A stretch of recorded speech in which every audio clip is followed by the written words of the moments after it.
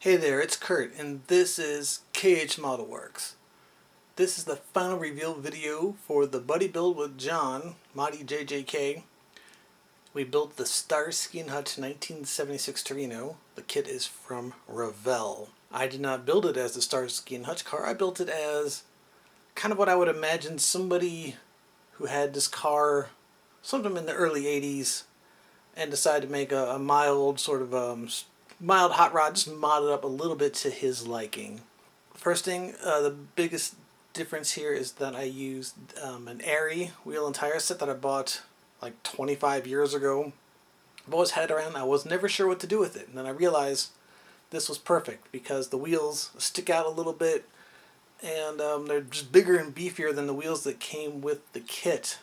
So that seemed perfect to me for somebody who's just trying to have fun with an older car, maybe in the 80s. The paint is from MCW, and it's also a lacquer clear.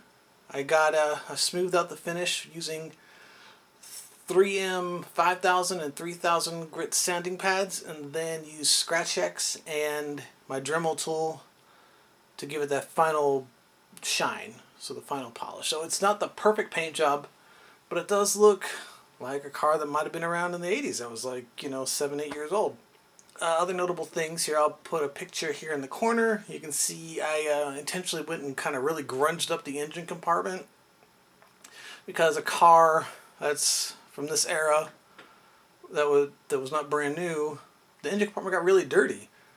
That's why I tried to capture here, because you can paint an engine the right color, but it never looks right because in a car the engine's never that nice pretty blue. It's always this sort of faded, dull mess, right? And then on the underneath, I've also here, I'll show you here, I can show you that. I just used washes and overspraying with different colors and stuff to get this sort of grungy appearance all over everything. I wanted the car to look used, so as is the custom here in the final reveals, let's take a look all around the car. I'll try to keep it in frame this time.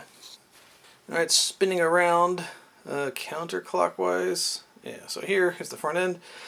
I started off doing decal strips for the bumper guards, and one of them broke on me, so I had to hand paint that. I airbrushed the chrome trim with Mr. Color Super Silver paint, and then after I did that, I realized the wheel arches had trim on them also, so I went back and did that by hand with a Molotow pen, and that's where it really lets the model down because I couldn't get that neat to my satisfaction.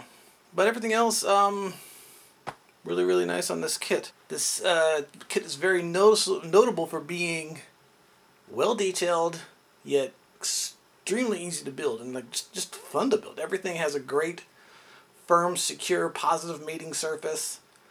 And there's a mirror missing on the passenger side. Oh well.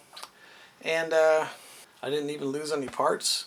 Oh, actually, no, I did. I lost one of the headlights. So I stole a headlight out of a MPC 69 Olds 442. I had a parts kit laying around. I stole one headlight from that kit to make up for the lost headlight. So I've always got to lose something important on a kit, and this time I was able to get away with it.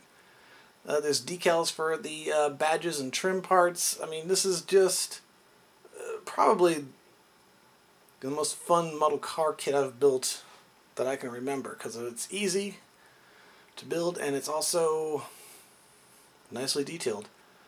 On the tail lights there for the backup lights, you can't really see it, but what I did was I painted that silver, the little backup light area silver, and I put a little blob of UV glue over the backup lights, so it's got a clear lens, but it's really small and it's a detail you can't really see.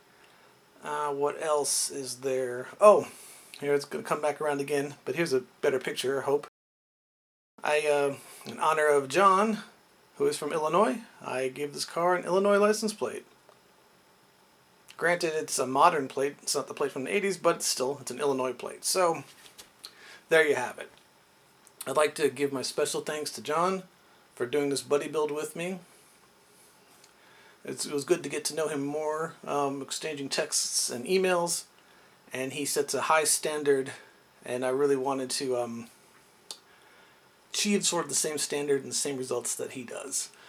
And And I'll leave it up to you to judge whether I have or not. But John, thank you so much. Thanks each and every one of you for watching. And see you next time. Take care.